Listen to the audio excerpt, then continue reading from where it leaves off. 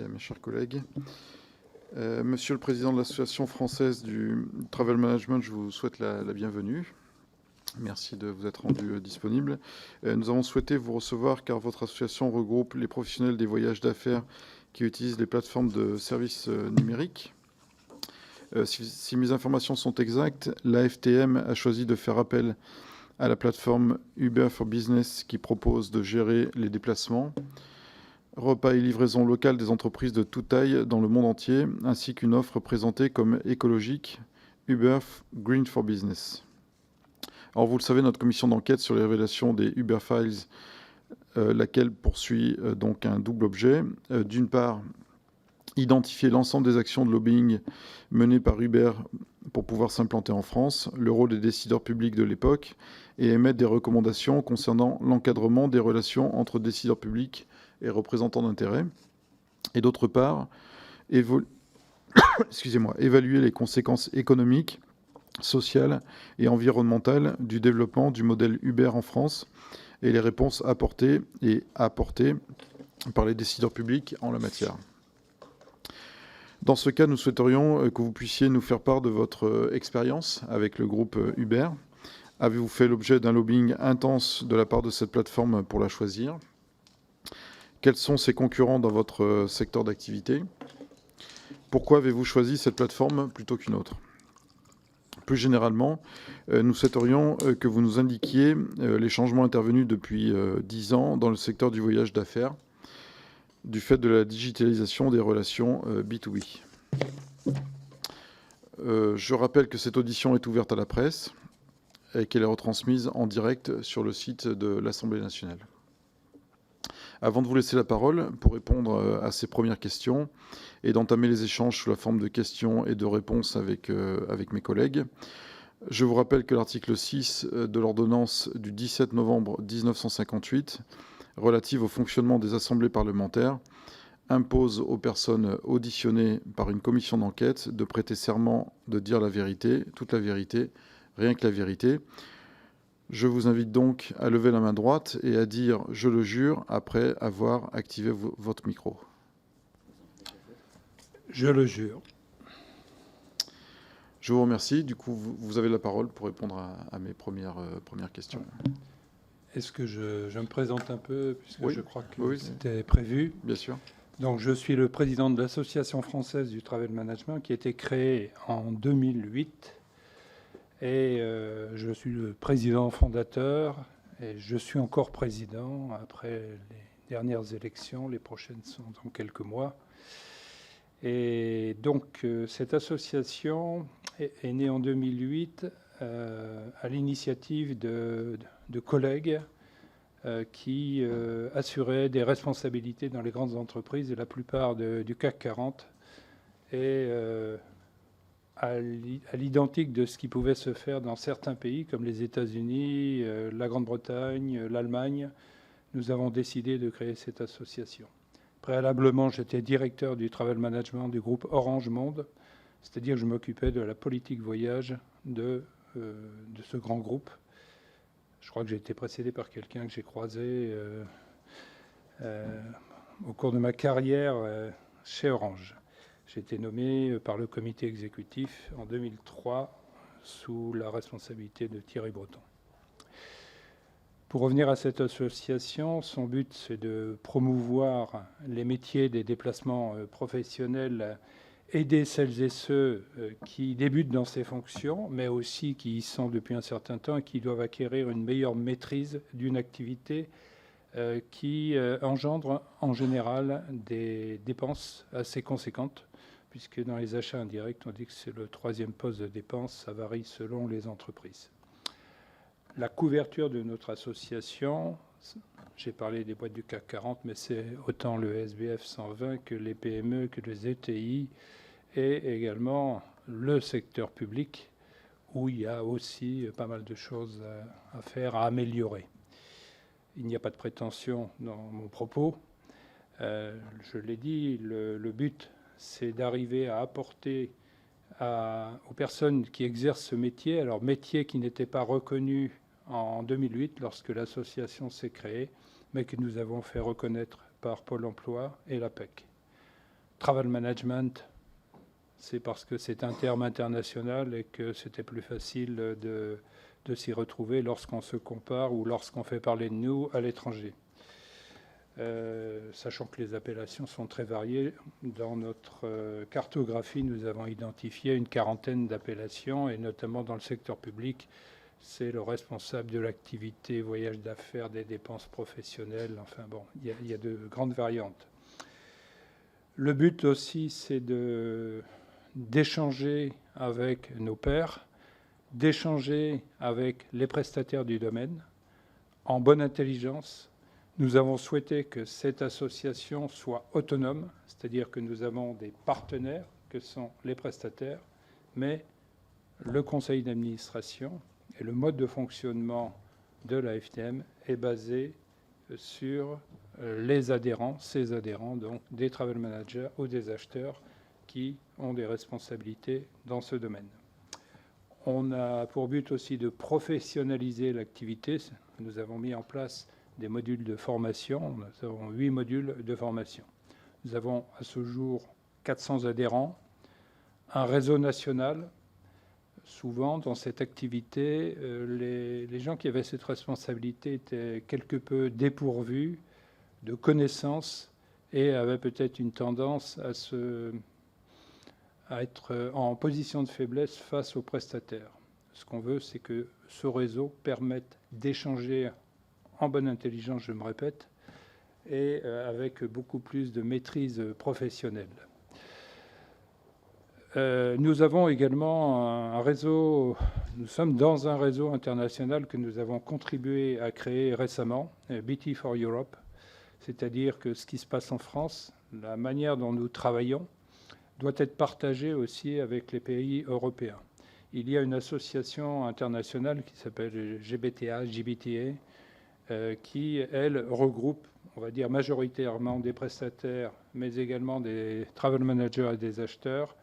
Nous n'avons pas voulu copier cette association, je le répète, nous souhaitions avoir une certaine autonomie, et même si nous avons des partenaires, nous ne voulons pas dépendre de ces partenaires. Ce ne sont pas les partenaires qui nous imposent nos règles, nos règlements, nos manières de fonctionner. Nous avons des partenariats donc avec d'autres associations d'acheteurs, entre autres. Nous avons un partenariat avec le MAE, le centre de crise, puisque nous travaillons beaucoup sur la sûreté, sécurité des voyageurs. À cet effet, nous avons fait un livre blanc sur la sûreté, sécurité des voyageurs. Il n'y en avait pas en France jusqu'alors. J'aurai l'occasion de parler d'autres livres blancs, puisqu'au bout de 15 années d'existence, nous avons fait 16 livres blancs, et c'est un travail d'1 an à chaque fois environ. Notamment un sur la RSE, je crois qu'on sera amené peut-être à en parler un peu.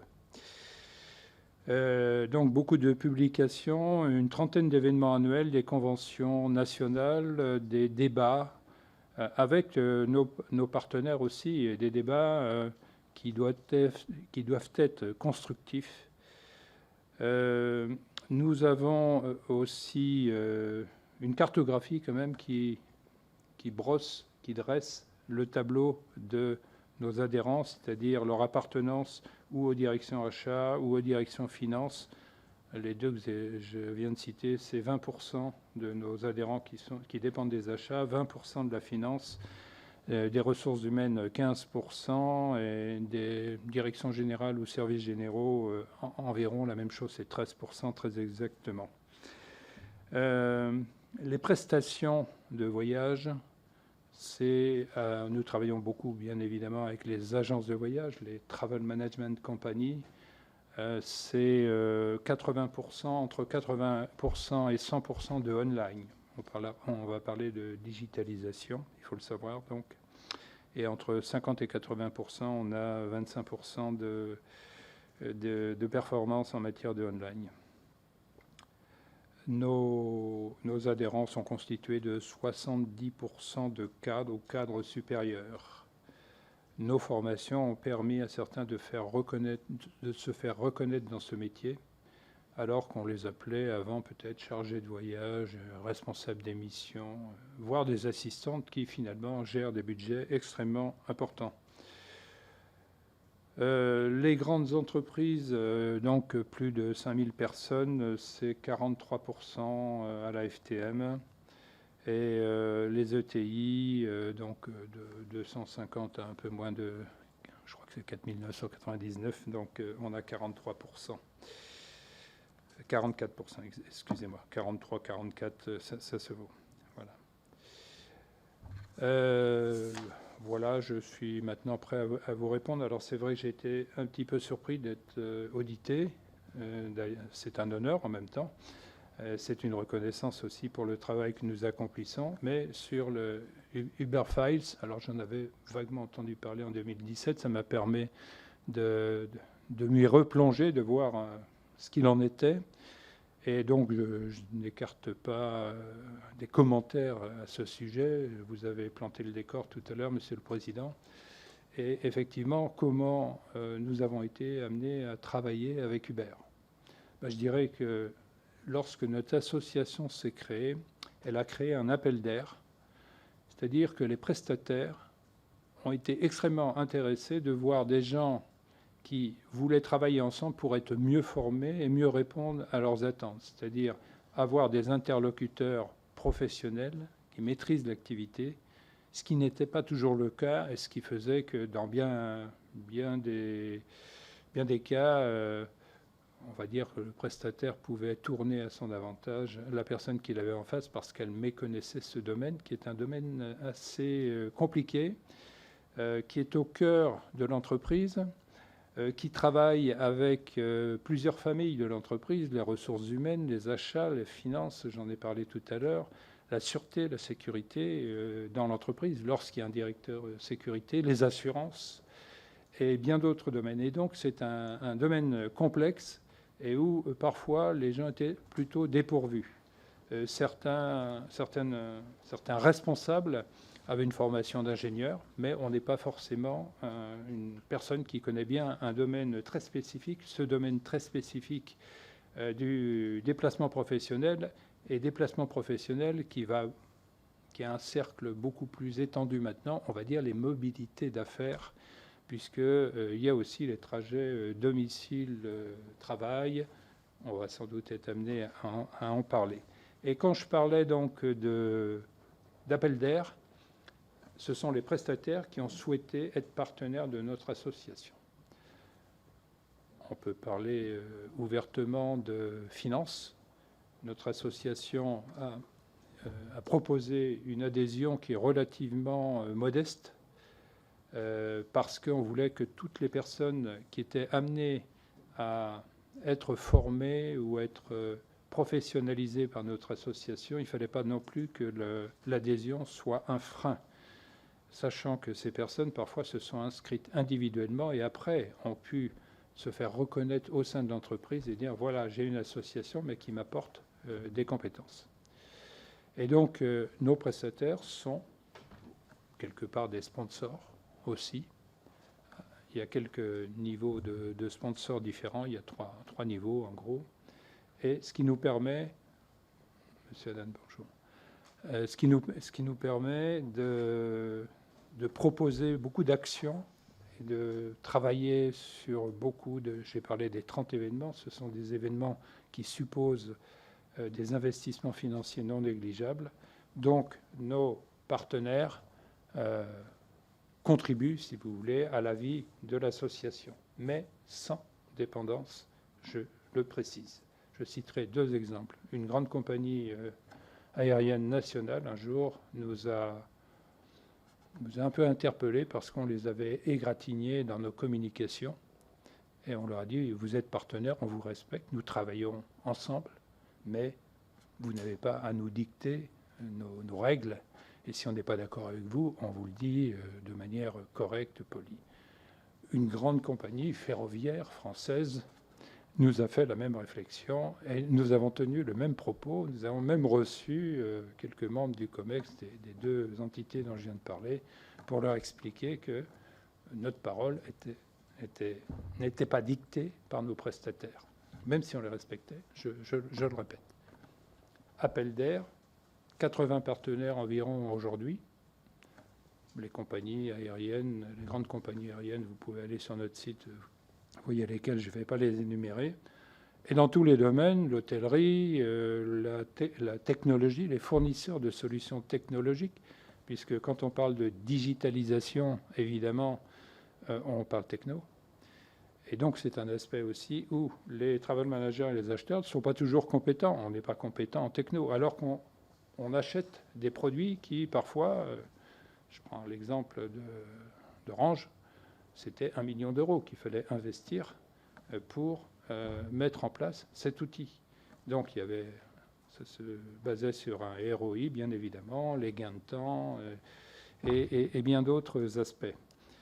Donc, là aussi, l'action de la FTM permet de contribuer à mieux former les personnes qui sont amenées à gérer ce type de sujet, même si un travel manager dans l'entreprise n'est pas seul. Et lorsqu'on parle techno, le système d'information est concerné. Donc, dans tous les grands projets, ce qu'il compte, c'est de faire un peu comme aujourd'hui, et c'est de mettre tous les grands acteurs autour de la table pour qu'on travaille ensemble en parfaite synergie. Pour revenir à nos partenaires, pourquoi Uber ? Je dirais pourquoi FreeNow ?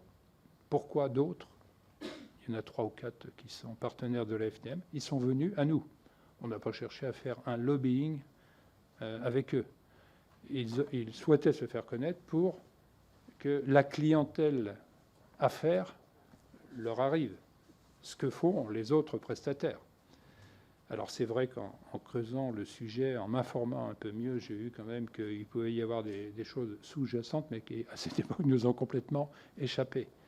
Uber est devenu partenaire avant, alors l'année exacte, je ne sais plus, mais ça devait être dans les années 2019, je crois, avant même FreeNow, qui est venu aussi et qui voulait se faire connaître, qui proposait une plateforme pour gérer les commandes des collaborateurs, et donc qui permettait aussi d'avoir une certaine priorité, enfin d'avoir une certaine assurance d'assurer la prestation.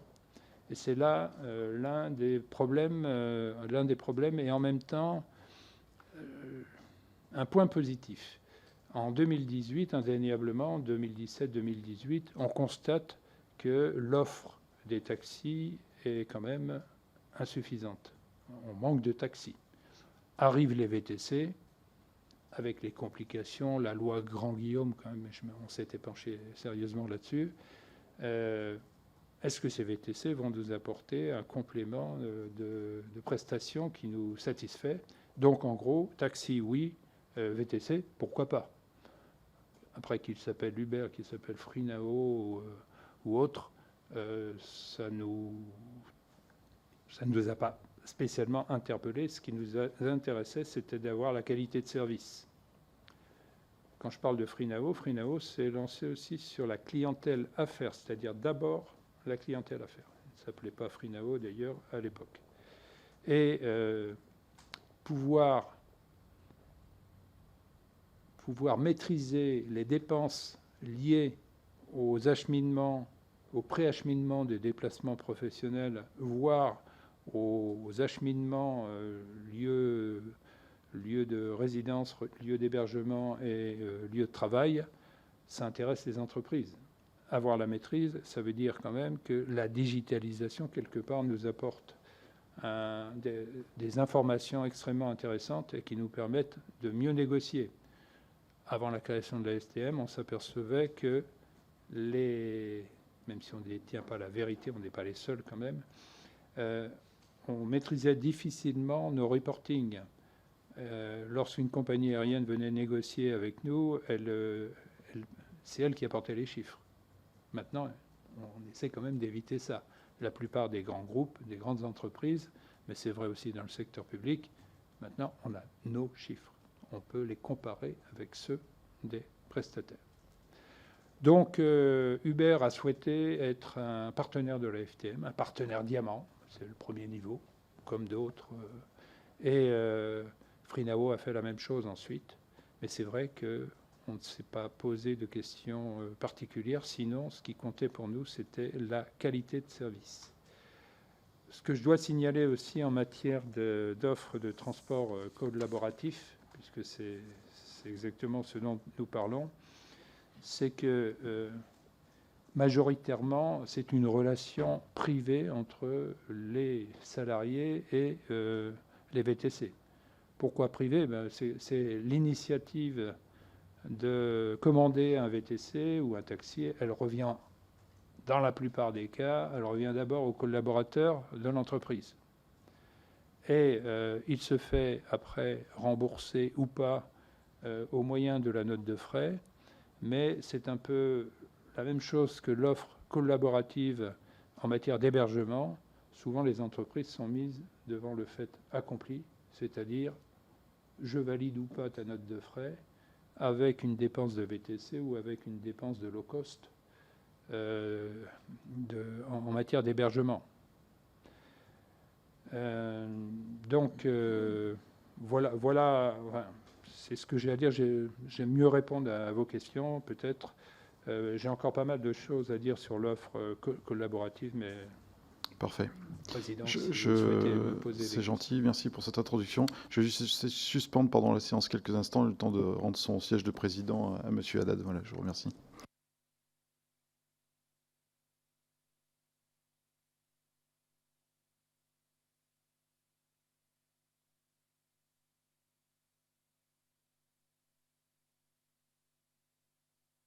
Merci à vous. Toutes mes excuses pour cette interruption.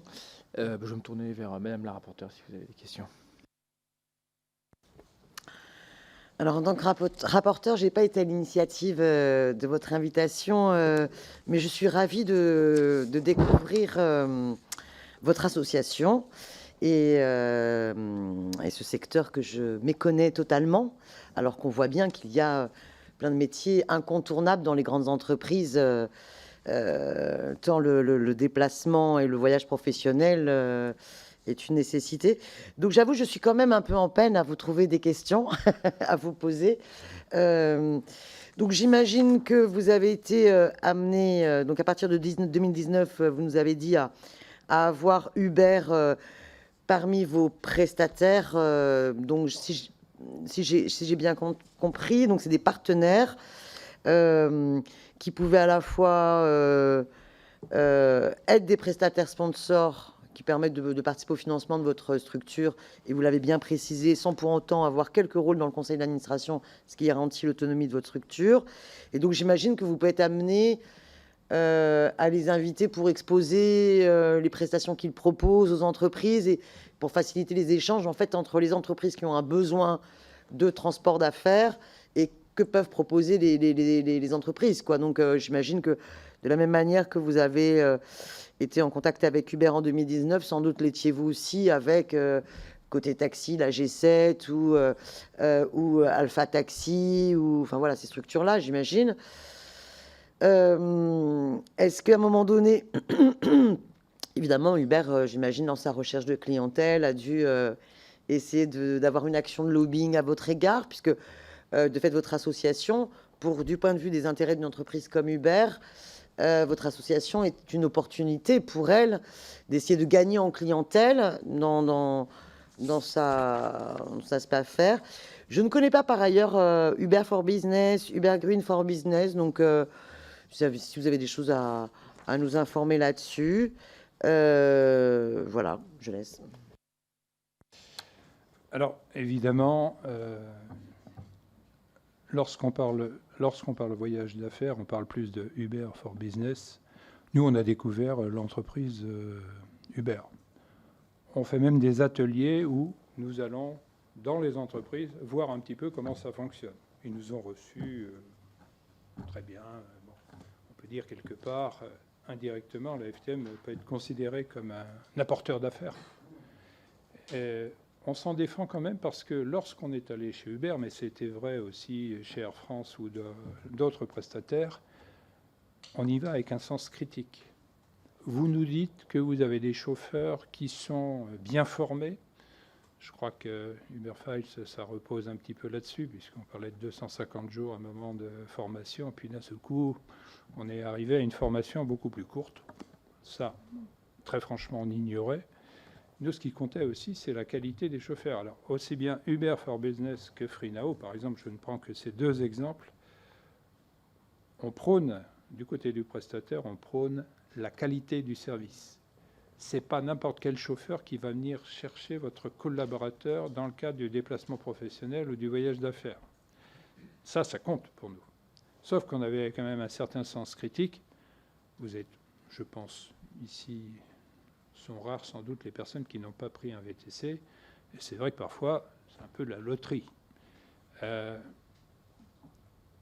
Autant la qualité de service, dès lors qu'ils ont voulu se faire connaître dans le domaine du voyage d'affaires, a été bien prise en compte, je dirais qu'en ce moment, ça s'effrite un peu. Et les chauffeurs travaillent aussi bien pour l'un que pour l'autre, des prestataires. Je ne manque pas de poser la question à chaque fois. Et on peut même dire que, globalement, cette qualité de service s'est effritée. Je parlais de FreeNow. FreeNow, à un moment, pour la clientèle d'affaires, les chauffeurs avaient une cravate rouge.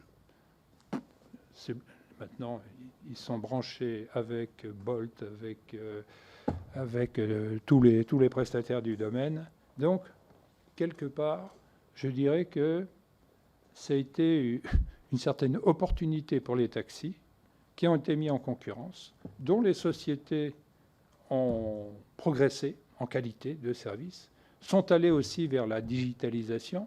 C'est-à-dire que c'est quand même très intéressant de savoir, que ce soit à titre privé ou professionnel, de savoir que le taxi est en train d'arriver et qu'on peut même le situer. Parfois, on peste parce qu'on s'aperçoit qu'il est très loin, qu'il a déjà pris la course et que les 5 minutes se transforment en un quart d'heure. Mais ça, c'est très important. Et les taxis s'y sont collés. Taxi, G7, partenaire aussi de la FTM. Donc, opportunité, j'ai même utilisé le terme, ça a été une aubaine, parce que la qualité de service finalement des taxis, aujourd'hui, elle est plus prégnante qu'elle ne l'était en 2017-2018. En revanche, et puis autre avantage du taxi, c'est que vous avez les couloirs réservés que ne peuvent pas officiellement utiliser les VTC. Ça, c'est très important. Et quand tout ne se passe pas à Paris, mais quand on est à Paris en ce moment, c'est quand même pas facile de circuler. Et donc, dans le cadre des déplacements professionnels où on doit respecter des horaires extrêmement importants, donc on note souvent, il y a un changement, on va un peu plus vers le taxi.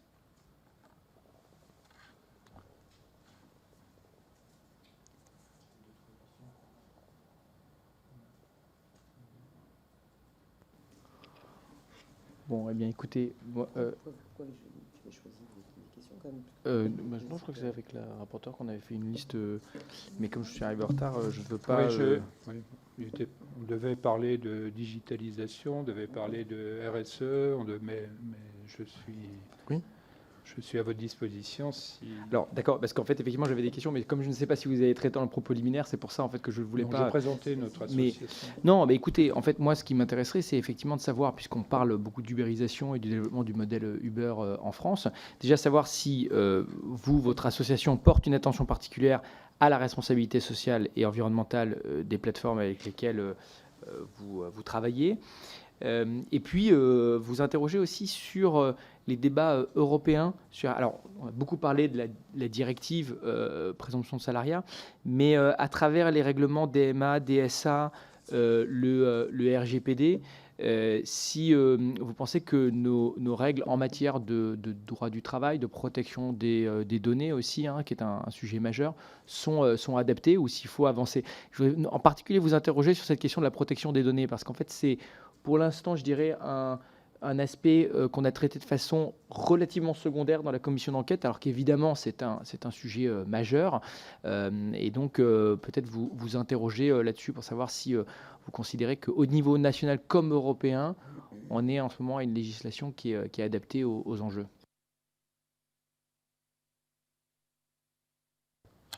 En présentant notre association, j'ai dit que c'était un réseau national, puisqu'on ne s'est pas contenté d'avoir un siège à Paris, mais nous avons 8 délégations régionales et donc nous allons répandre nos connaissances dans toutes les régions de France. Donc, j'ai contribué largement à créer ces filiales, entre guillemets. Nous avons même une affiliation en Suisse maintenant. Et nous venons de contribuer à la création de BT4 Europe, qui regroupe 12 pays européens, et dans lequel on va dire, les deux figures de proue sont les Allemands de VDR et nous-mêmes. Mais nous avons embarqué les Italiens, les Espagnols, les Belges, les Hollandais, les 4 grands pays nordiques, l'Autriche même. Et donc, pourquoi aussi on a accéléré le mouvement? Parce qu'il se trouve qu'il y a eu le Brexit, que la grande association internationale qui ressemble un peu à la nôtre, mais qui est majoritairement représentée par des prestataires et pas forcément des travel managers ou des acheteurs, elle a son siège aux États-Unis. Donc, on n'est pas là non plus pour dépendre de tout ce qui se fait aux États-Unis. Et sa représentation est au Royaume-Uni. Et donc, on travaille aussi on travaille en synergie avec eux. On a des objectifs communs aussi. Mais vis-à-vis de l'Europe, on a pensé quand même que l'association dont je viens de parler, BT4 Europe, avait plus les moyens d'aller frapper à la porte à Bruxelles. Donc, nous travaillons ensemble en ce moment. L'association s'est créée il y a 1 an seulement. Nous sommes sur des sujets comme la digitalisation, la sûreté aussi, des sécurités des voyageurs, comment on négocie avec les prestataires, quelles sont les politiques voyage européennes par rapport aux politiques voyage en France, politiques voyage aussi extrêmement variées. Je parlais du CAC 40 ou du SBF 120, mais les PME, PMI, les ETI ont aussi des politiques voyage qui sont un peu différentes. Ce qu'on essaie, nous, en ce moment, c'est d'être le plus pragmatique possible et de transmettre nos expériences, et il revient à chacun après de prendre le chemin qu'il souhaite en relation, bien évidemment, avec le top management de l'entreprise. La démarche est la même en matière de RSE. RSE, j'en ai parlé tout à l'heure. On a travaillé pendant 1 an sur cet ouvrage. J'en ai quelques exemplaires. La RSE appliquée aux mobilités d'affaires. Donc, on est aussi dans les mobilités douces. Quand on parle de VTC, dans l'entreprise, on a ce sujet, bien évidemment, comme on a le sujet taxi, on a le sujet trottinette, on a le sujet vélo. Des entreprises s'engagent maintenant à mettre à disposition des collaborateurs des vélos à moindre prix ou de contribuer au paiement, aux abonnements. On prône le covoiturage. Tout ça, c'est dans le domaine de réflexion et d'intervention de la FTM aussi. Donc, le domaine est très large. Je vous remettrai, si vous le souhaitez, cet ouvrage qui est le premier en matière de mobilité d'affaires, non seulement en France, mais en Europe. Il n'y en a pas. Madame le rapporteur, vous avez dit tout à l'heure que l'audition d'aujourd'hui, vous apprenez un domaine que peu de gens connaissent, sauf qu'à un moment ou un autre, vous êtes concerné parce que vous êtes parti en déplacement professionnel et vous devez vous faire rembourser. Les notes de frais, il faut les faire. C'est pas fastoche parfois. Les notes de frais, on sait qu'on y passe beaucoup de temps. La digitalisation apporte énormément pour régler les notes de frais. Je pourrais vous en parler un petit peu plus, si vous voulez. Pour aller un petit peu plus en profondeur sur la question des règlements européens, des débats européens. Oui, alors sur les débats européens, alors on avait frappé à la porte de Bruxelles il y a quelques années avant la création de BT4 Europe sur les droits des passagers. Les droits des passagers, c'est-à-dire j'ai raté mon avion, quelle est la responsabilité de la compagnie aérienne? Est-ce que j'ai le droit de me faire rembourser? Alors ceci à titre privé, mais ça intéresse aussi les entreprises. Donc, on avait été entendu quand même, mais quand on parle de lobbying, il faut reconnaître quand même que le lobbying des compagnies aériennes est tel que la voix des clients, même clients voyage d'affaires, elle n'est pas toujours entendue. Je sais qu'il y a des modifications en cours en ce moment où l'écoute des clients est beaucoup plus prégnante qu'elle ne l'était il y a quelques années. On n'a pas encore de sujet. BT4Europe, on s'est attaché les services d'un cabinet qui nous permet aussi de communiquer beaucoup plus facilement avec Bruxelles. Donc on est en pleine phase de travail en ce moment. On ne peut pas dire qu'on a produit, mais on a fait déjà des communications qui sont d'ailleurs en ligne sur le site de la FTM avec BT4Europe.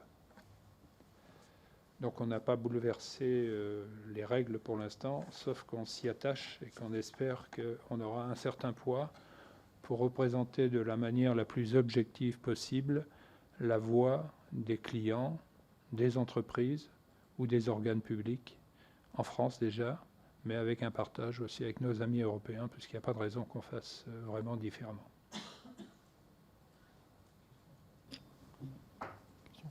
Bon, écoutez, je vous propose à ce moment-là qu'on vous remercie de votre temps et de votre disponibilité. Si on a d'autres questions, on pourra les transmettre vers vous. Si évidemment vous avez des informations complémentaires, soit maintenant, soit dans les prochaines semaines, n'hésitez pas à revenir vers nous. Et sinon, écoutez, je vous remercie de votre présence et je lève pour les prochaines minutes, puisqu'on reprend, je crois, à midi. Souhaitez-vous quelques... Je vous laisse, ça va... 11h40, alors plutôt... On a apporté 3 ou 4, mais comme c'est assez lourd. Alors, il faut dire quand même qu'on l'a numérisé, hein, on a fait quelques... Oui, quand même. Il est en ligne depuis le site de l'AFT.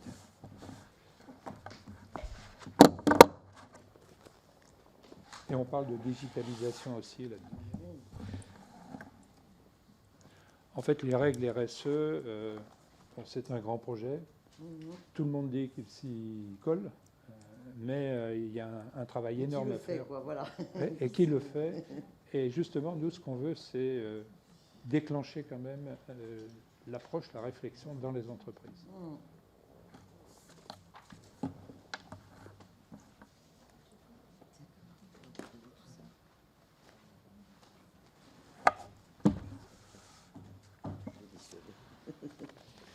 Ça m'a permis de...